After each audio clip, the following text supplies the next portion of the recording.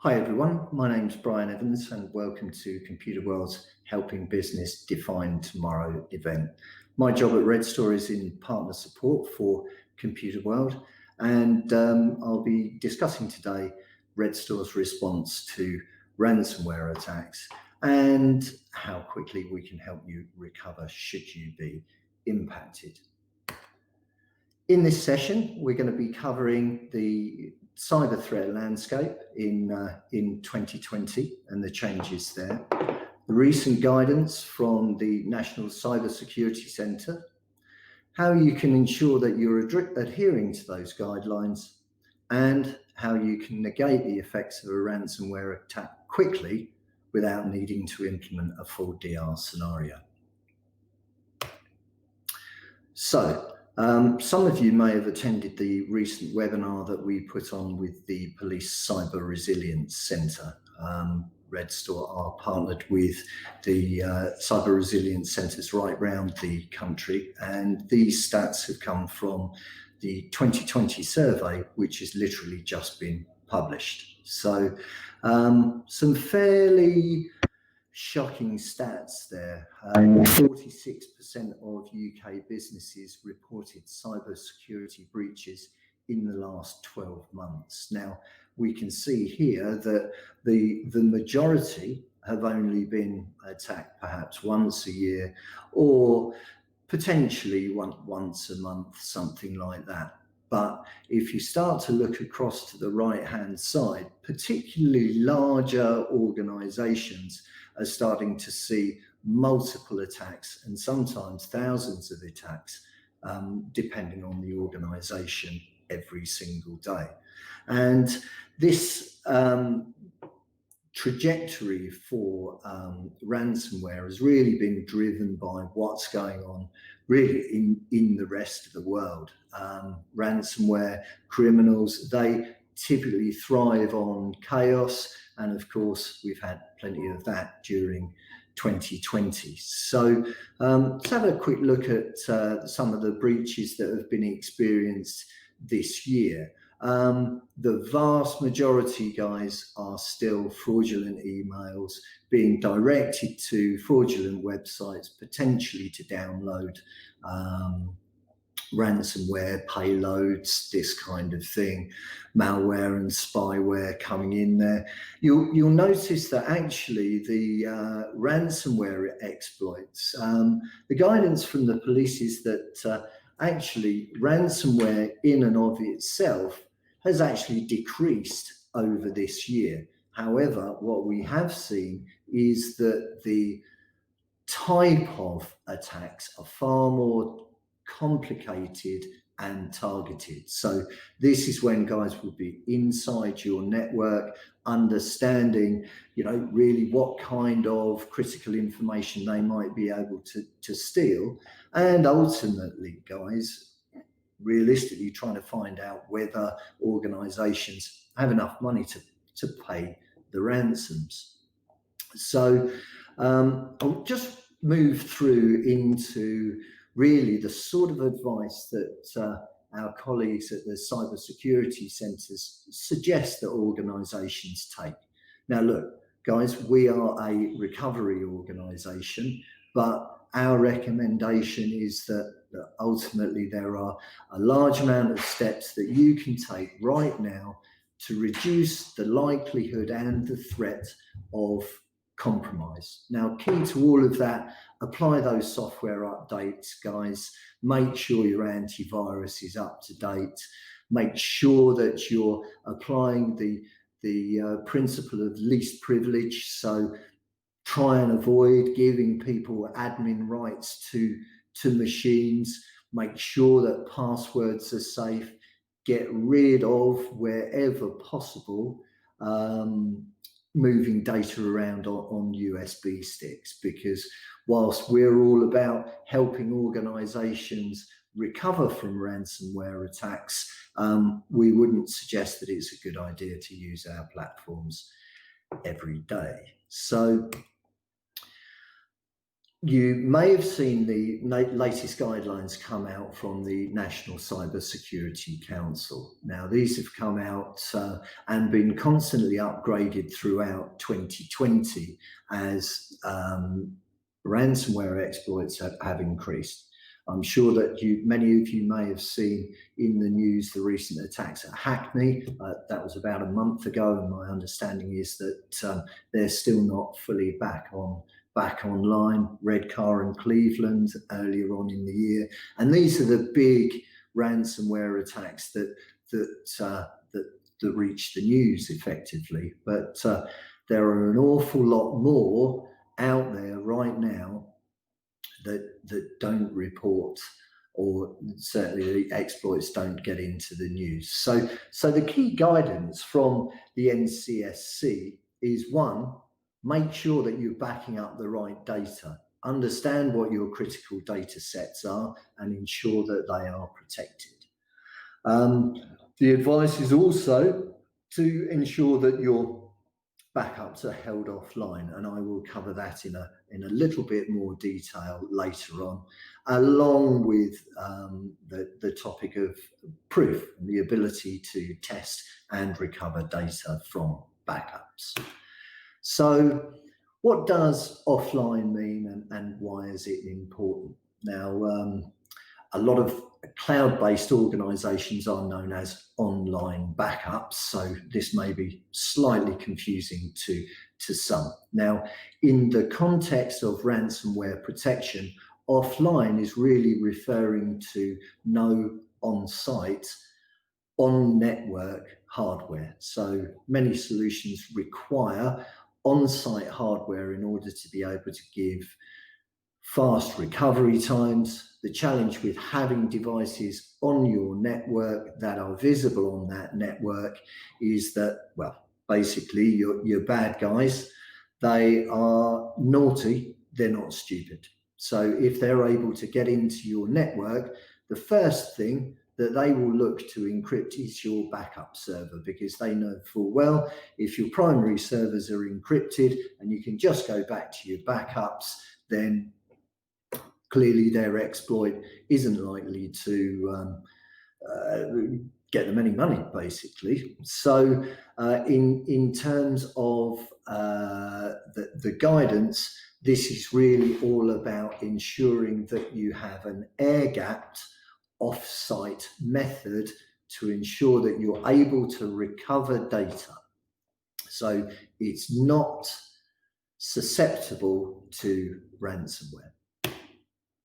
So how does Redstor help organizations to meet these requirements? Well, firstly, our data is stored offline. There's no on-site hardware. We're able to give instant access to files from our data centers should you be compromised. So there's a couple of things here, guys. When you look at GDPR, there's nothing about backup in there. Really what they're talking about is timely recovery and access to data. So if you are unable to recover data, if potentially you've had a fire or flood or theft or ransomware, the likelihood is, guys, that that's not going to be individual files, but all of your data. So in the interim period, it's all about how do I access that data whilst I'm potentially rebuilding my environment, and how do I attest before such an event that my data is recoverable, and ultimately, how do I know whether all of my data is backed up or not? We don't go into a great deal of detail today, but one of the key 4-in-1 features for Redstor is Insight, which is detailed telemetry about your environment and files, what's protected and what's not. But everything, guys, that comes to us is fully encrypted using AES 256 before it leaves site. It's re-encrypted through a 128 TLS tunnel, and it's stored at rest in our UK data centers using AES 256 encryption. So, as I've just touched on, really, key protection from ransomware. Number one, we do not have any on-site hardware. I'll come on to a little while to how we have redesigned our entire recovery process such that we do not need on-site hardware. And that's really all about accessing or streaming data from our data centers, because guys, 95% of the data that's sat on your servers will not have been accessed for weeks, months, or years. Now, a traditional solution will see you recovering effectively 95% of data that you don't need before you get to the 5% that you do. And that causes a great deal of problems in other areas, which we'll touch on in other videos. So how do we differ?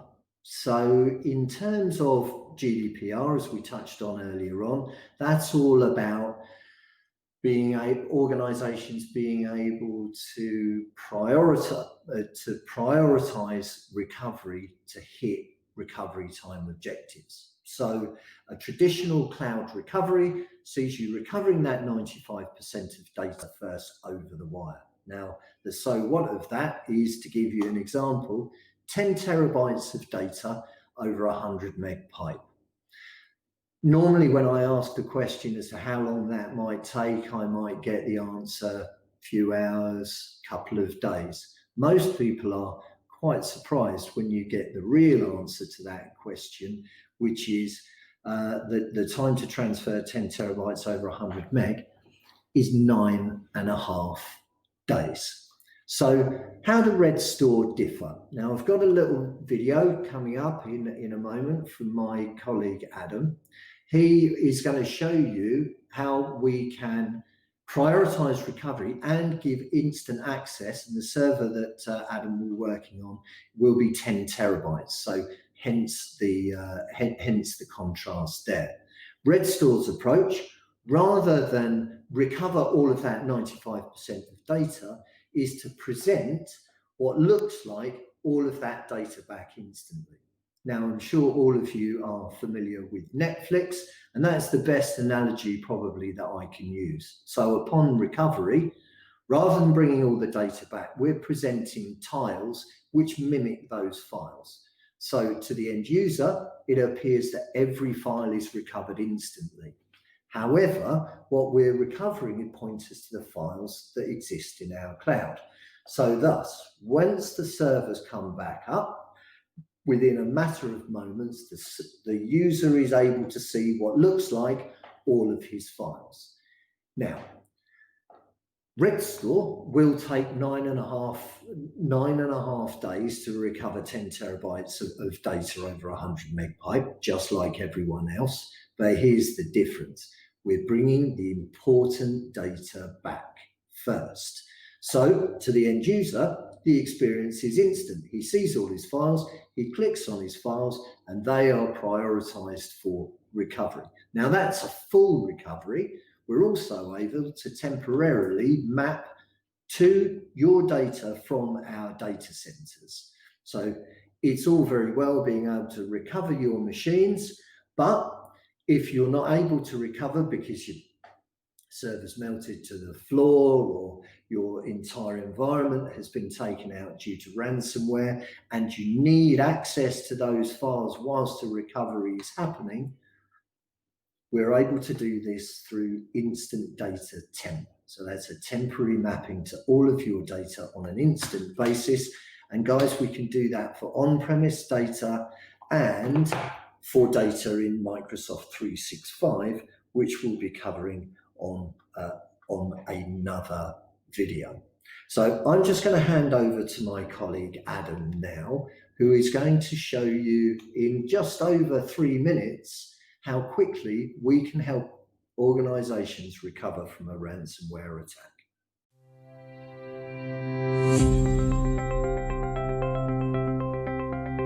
Hello and welcome to this short Redstor video. I'm going to demonstrate how you can leverage the Redstor data recovery method to give you instant access to your data regardless of whether it's a full server outage, ransomware, malware, or just validating your recovery processes. So let's start in the Redstor agent. As you can see, this host has been performing full system backup. And if we have a quick look in the logs area, we can see that this system was protecting just under 1 terabyte and over 500,000 files. So to access your data instantly, you can launch our instant data from the Redstor Management Center, or in this case, I'm going to launch instant data from the Redstor backup agent. So with Redstor Instant Data, there are a number of different mechanisms to getting your data back instantly. In this case, let's look at permanent file recovery. So I'm going to click on Launch. And now Instant Data Permanent has appeared. I can now pick and choose any of the different recovery dates and times. And now I can browse into my server data that's hosted with Redstor, and I can find some files that I want to permanently recover from the Redstor data center over to my recovery directory on my server. So I just simply pick up that folder and drag that to my recovery location and drop it. If you look down here at the recovery bar, you can see I'm recovering about a gig's worth of data, and currently that's sitting at about 11% complete. However, as far as my users or my server is concerned, all of those files exist on my host, and I can simply double click on any of the files and they will instantly appear, and I have instant access to that data. It is also possible to use Redstor Instant Data to temporarily map large quantities of data to any of your servers. So again, I've launched Instant Data, but this time I'm going to choose Temporary File Access and hit Launch. In this case, you can either access all of your backup history data, or in this case, I'm going to present the last successful backup, and I'm going to pick a drive mapping. I'm happy with Z, so all I simply need to do is click on Mount. And as you can now see, a Z drive has now appeared on my server, and I can quite simply browse that backup date and time and access all of my data as necessary.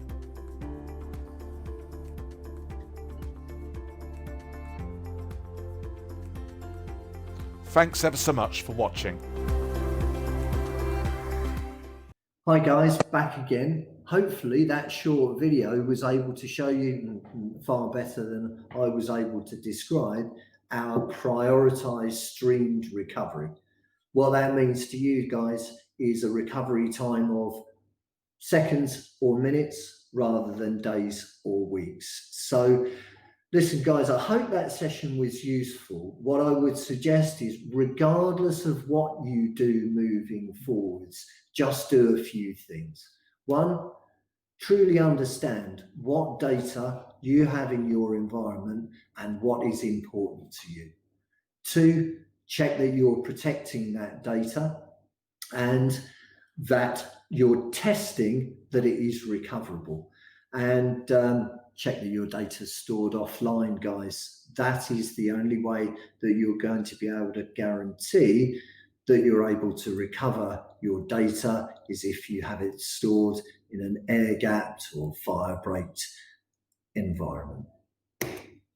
So thank you very much for your time. If you have any questions at all, please speak to your Computer World account manager. We're running 14-day trip-free trials, and if you would like to see a full demo of our platforms, it can all be arranged via Computer World. Thanks very much for your time, and we hope to speak to you soon.